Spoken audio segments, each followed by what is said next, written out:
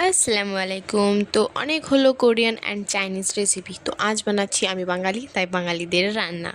তো রান্না বলতে আমার ভাতের সাথে মেনলি যেটা সবথেকে বেশি দরকার আলু গদগদি। আমাদের এখানে এটাকে আলু গদগদি বলে। আপনাদের ওখানে কী বলে আমাকে অবশ্যই কমেন্টে জানাবেন। তো চলুন শুরু করি। প্রথমে একটা প্যানে সামান্য তেল দিয়ে সেটা খুব ভালো করে গরম করে নিলাম। তারপর সেখানে একটা শুকনো লঙ্কা দিলাম। তারপর এখানে আলু কেটে রেখেছিল মা, সেই আলু কাটাগুলোকে আমি দিয়ে দিলাম। তারপর এখানে লবণ, হলুদ, লঙ্কা গুঁড়ো, আমি এই ৩টে জিনিসই ব্যবহার করি। আপনারা কী ব্যবহার আর কী দেন আমাকে কমেন্টে বলে দেবেন, আমি নেক্সট বার ওটাকে ট্রাই করব। তো তারপর সেটাকে ঢেকে রেখে দিলাম।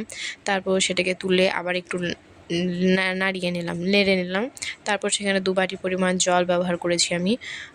আমার খুব একটা ঝোল পছন্দ হয় না, কিন্তু যেহেতু বাড়িতে সবাই খাবে তাই একটু রেখেছি ঝোল। তারপর সেটাকে ঢেকে এখানে আমার একটা খারাপ অভ্যাস আছে। আমার যখন এসে উপরে জলগুলো জমে যায় না, তখন আমি ওই জলগুলোকে বারবার প্যানের মধ্যে ফেলে দিই। কারণ আমার জানি না, যাই হোক কিছু একটা প্রবলেম হয় হয়তো।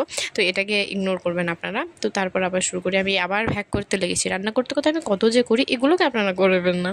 তো আবার তুললাম, দিয়ে খুব ভালো করে নাড়িয়ে নিলাম। তারপর এখানে শুকনো লঙ্কার বীজগুলো, এগুলো আগে পুড়িয়ে রাখা ছিল, তো সেগুলোকে আমি ব্যবহার করলাম। তারপর সেই আলুগুলোকে খুব ভালো করে গুলিয়ে নিলাম।